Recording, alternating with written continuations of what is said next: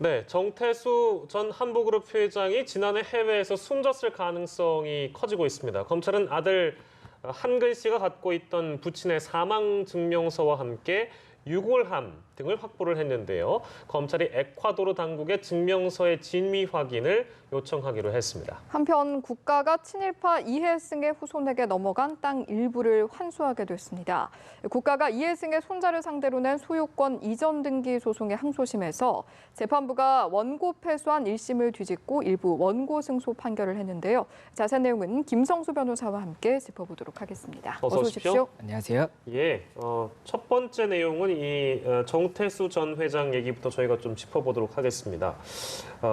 일단은 뭐 처음에 이제 이 발언이 나왔을 때 과연 이 정한근 씨의 말을 그대로 믿어도 되는 것인가? 그러니까 정태수 전 회장이 실제 사망한 것인가? 이거에 대한 의문이 많이 증폭이 됐었는데 유골함이 또 발견이 됐고 아까 저희가 말씀해드린 대로 사망 증명서 이런 것도 확인이 돼서 이거는 그러니까 에콰도르 당국에 확인을 해봐야 되는 것이죠. 검찰이 확인을 할 거고요 앞으로. 네, 맞습니다. 이 사안에 대해서 좀 설명을 드리기 전에 이 정태수 전 회장이 누구인지를 젊은 분들은 모르실 수가 있기 때문에 잠깐 좀 소개를 해드리자면 이 1997년에 저희가 IMF 사태를 겪었지 않습니까? 근데 그 당시에 이 IMF 사태의 단초라고 이야기가 됐던 한보 사태가 있었습니다. 이 한보 사태라는 것이 한보그룹에서 5조 이상의 대출을 굉장히 무리하게 했다가 이 부분이 부도가 나면서 연속적으로 이제 많은 기업들이 좀 부도가 나게 되는 그런 사안이었는데 이때 당시 한보그룹의 회장이었던 사람이 이 정태수 전 회장입니다. 그렇다 보니까는 이번에도 굉장히 좀 많은 관심을 받고 있는 사안인 것인데 이 정태수 전 회장은 1997년 당시에 이 불법 대출과 횡령 혐의로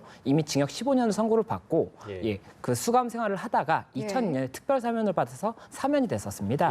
그리고 2007년에 다시 이제는 또 교비 횡령 혐의로 인해서 조사를 받게 됐는데 이 형사재판 당시에 일본에 치료차 다녀오겠다고 한 다음에 해외로 이제 출국을 한 다음 돌아오지 않아서 계속 검찰에서 이 행방을 쫓고 있던 상황이었고 검찰은 키르기즈스탄 그리고 카자흐스탄을 거쳐서 지금 외국에 있는 것으로 보인다 이렇게 판단을 하고 있었는데 이번 정한근 씨의 이야기에 통하면 에콰도르에 있었던 것으로 확인이 되고 있어서 이 부분 관련해서 지금 좀 여러 가지 사실관계를 확인하고 있는 상황이고 지금 정한근 씨는 이 정태수 전 회장이 사망했다고 주장을 하고 있기 때문에 이와 관련해서 뭐 타국의 사망 증명서 그리고 또 신분을 굉장히 여러 번 위조를 했던 사람이었기 때문에 이것들을 어디까지 신빙할 수 있는지 이 부분을 좀 파악하고 있는 것으로 보입니다. 근데 뭐 이 유골함에 들어있는 이 유골, 그러니까 화장을 한 뼈를 결국에 태운 것인데 이걸로는 뭐 DNA 분석이 불가능하다는 얘기가 있네요. 실제 그렇습니까? 네, 현재 알려진 바에 따르면 이 유골함이라는 것 자체는 DNA 정보가 남아있지가 않기 때문에 DNA 확인이 어렵고 그리고 이제 사망 증명서만 가지고 그러면 신빙할 수 있느냐 이런 부분들이 문제가 될 수 있기 때문에 검찰에서는 뭐 에콰도르 당국에도 좀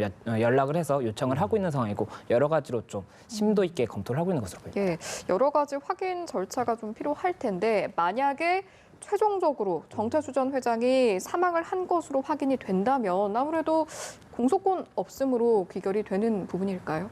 예, 일단은 정태수 전 회장이 횡령 혐의와 관련해서 재판을 받고 있었는데 그 부분 관련해서는 이제 피고인이 사망했기 때문에 공소권 없음으로 재판 자체가 이제 종료가 될 가능성이 높습니다. 다만 이와 관련해서 이제 뭐 체납 세금이라든지 이런 부분들이 문제가 될 수가 있는데 이 정태수 전 회장 같은 경우에는 그 국세청에서 매년 발표하는 고액 상습 체납자 순위에서 항상 제일 위에 있던 2,200억 이상을 체납했던 자였기 때문에 이 부분과 관련해서는 이게 환수가 될 수 있는지 이런 것이 좀 많이 관심을 받고 있는 상황입니다. 환수가 불가능한 건가요? 어떻게 되나요?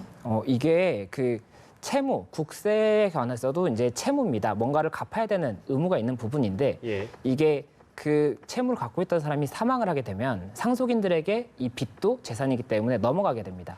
근데 이 상속인들이 이에 대해서 상속을 받지 않겠다라고 한다든지 아니면은 상속을 받는 범위 내에서만 갖겠다 한정 승인을 하게 된다면 상속받은 재산이 있는 범위에서만 받을 수가 있는 것인데 지금 정태수 전 회장이 뭐 재산이 없을 가능성이 높다, 본인 명의로 재산이 없을 가능성이 높다라고 하고 있기 때문에 이 세금 자체도 실질적으로 못 받는 것이 아니냐 이런 이야기가 나오는 상황입니다. 그러니까 가운데에서 증발해버릴 가능성이 더 높은 그런 상황이네요.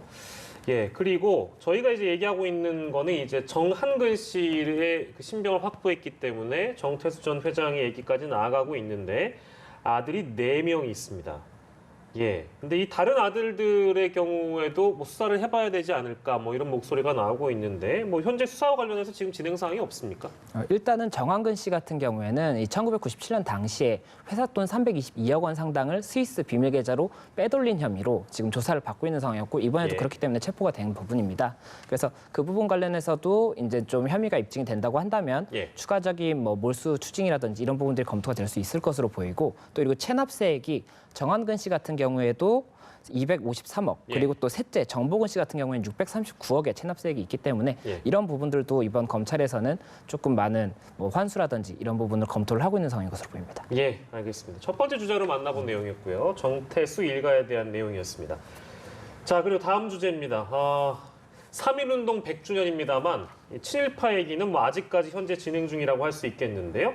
국가가 친일파 이해승의 후손에게 넘어간 땅 일부를 환수하게 됐습니다. 근데 이제 내용은 참 다행입니다만 일단 지금 보도 내용을 보면 이게 뭐 사실상 패소했다 국가가 뭐 이런 내용이 있어서 전반적으로 좀 짚어봐야 될 것 같습니다. 뭐 물론 이 내용 이제 짚기 전에 이해승이 누군지도 좀 저희가 짚어봐야 될 것 같고요. 맞습니다. 이해승이라는 분, 그 사람이 어떤 사람인지를 좀 설명을 드리자면 예. 이 조선 시대, 그러니까 일제 강점기 시대를 지낸 사람입니다.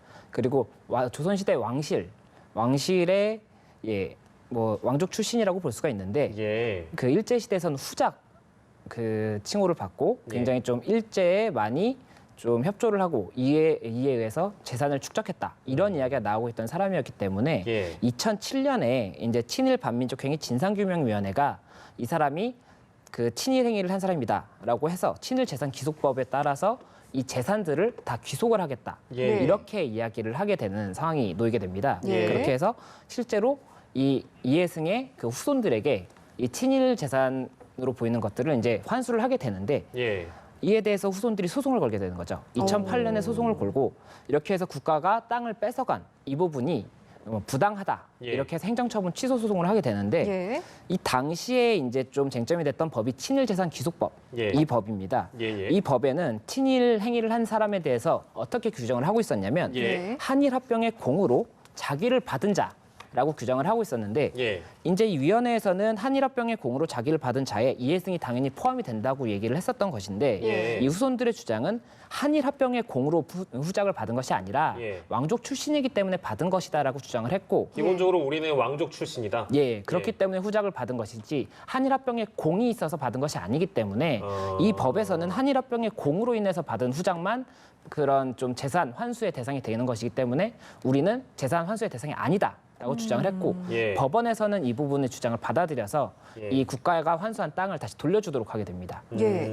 그런데 이렇게 하다 보니까는 굉장히 여론에서 말이 많았습니다. 이게 굉장히 뭐 수백억에 달하는 재산인데 이게 오히려 거물의 친일파인 사람들은 처벌이 되지 않는 것이냐 이런 이야기가 나왔고 2011년에 그래서 이 법을 좀 개정을 하게 됩니다. 그래서 그 개정을 한 부분이 이 한일합병의 공 이 부분을 그냥 삭제를 하게 됩니다. 그래서 자기를 받은 자에 대해서는 다시 재산을 환수할 수 있도록 규정을 만들었고 이제 국가가 다시 이 부분 관련해서 소송을 하게 되는데 그와 관련해서 1심에서는 국가가 패소를 하게 됩니다. 그리고 패소를 하게 된 이유는 나라가 그 국가가 이미 이 법에서 부칙을 만들었는데 판결이 확정된 부분에 대해서는 다시 돌릴 수 없다라는 내용이 있었고 이게 이제 재판부에서도 판결이 확정돼 있기 때문에 돌릴 수 없다라고 판단을 했었던 부분인데 이번에 이 항소심이 오늘 발표가 된 이제 결과가 나온 것인데 이 부분에서는 일부 승소라고 해서 국가에게 일부를 이제 돌려줘라라고 그 환수를 해라라고 이야기는 했는데 이게 사실상은 패소라고 볼 수밖에 없는 것이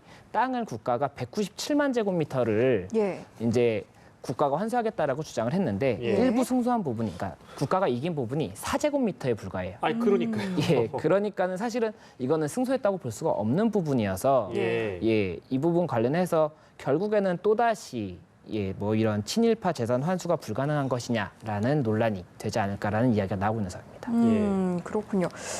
이후에 또 상고라든지 그런 상황이 이어질 가능성은 어느 정도라고 보세요? 일단 국가 입장에서는 이게 여론의 문제도 있기도 하고 그리고 실질적으로 패소라고 볼 수밖에 없는 상황이기 때문에 네. 상고를 할 가능성이 굉장히 높다고 보여집니다. 그리고 이에 대해서 당연히 후손들도 대응을 할 것이기 때문에 어떻게 좀 진행이 될지 조금 더 지켜봐야 되는 사안이 아닌가 싶습니다. 예. 알겠습니다.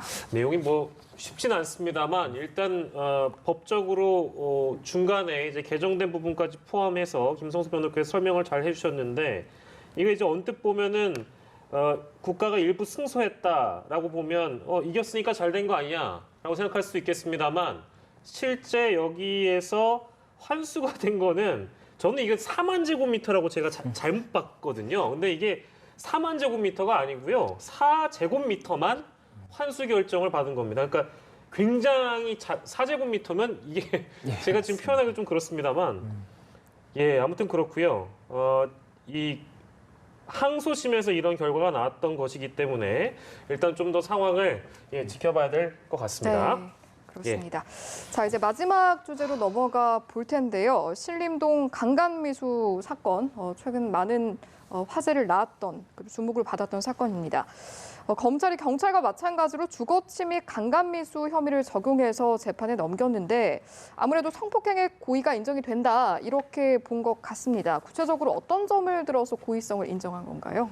예, 이 사안이 처음에 이제 이슈가 될 때만 해도 주거 침입밖에 좀 적용이 안 될 것이다라고 다들 예측을 했었고 저도 그렇게 예측을 했었던 사안입니다. 그런데 지금 검찰에서는 이 부분 관련해서 이제 강간미수 부분으로 의유를 했는데 아마 일단은 이 피의자가 이 여성이 들어간 다음에도 문을 두드리기도 하고 예. 또 도어락 비밀번호도 눌러보고 그리고 막 이제 벨도 누르고 이렇게 했던 부분이 있는데 예. 이 부분은 이제 수사기관에서는 폭행 또는 협박이 있었다고 판단을 해서 예. 강간미수의 죄도 의율이 될 수가 있다 이렇게 지금 판단한 것으로 보입니다. 근데 이게 이제 뭐 물론 저도 이제 이런 의견이나 이런 어떤 그 여론에 대한 부분을 많이 동의를 합니다만 신체적인 접촉이 없는데 어떤 강간에 대한 부분을 적용할 수 있는 것인가? 이거는 어디까지 이제 법적인 부분이니까요. 법에 대한 해석에 따라 뭐 다를 수 있겠습니다. 근데 지금 이제 그렇게 해석을 한 거잖아요. 상당 부분 인정이 된다. 고의적이었다.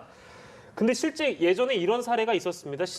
예전에 그런 사례가 있었습니까? 신체 접촉이 없어도 뭐 어떤 강간 미수를 기소한다든지 뭐 그런 사례가 있었던 거예요? 그러니까 폭행 또는 협박이라는 이 개념 예. 자체가 굉장히 좀 광범위한 개념이기 때문에 예. 폭행이라는 것이 예를 들어서 뭐 앞에서 큰 소리를 지른다든지 예. 아니면 뭐 상추를 그 사람 향해서 던지기만 해도 폭행이 될 수가 있습니다. 예. 그렇기 때문에 이제 검찰에서는 이 폭행 또는 협박을 굉장히 광범위하게 본다면 예. 이 문을 두드리는 행위라든지 도어락을 굉장히 이렇게 계속 누르는 행위 이런 예. 것들이 다 공포를 느끼게 한다든지 아니면 폭행으로 볼 수가 있기 때문에 이 부분 관련해서 의율을 한 것으로 지금 보입니다. 예, 이런 혐의 적용만으로도 굉장히 어떤 기준이 넓어졌다라고 이제 좀 볼 수 있겠네요.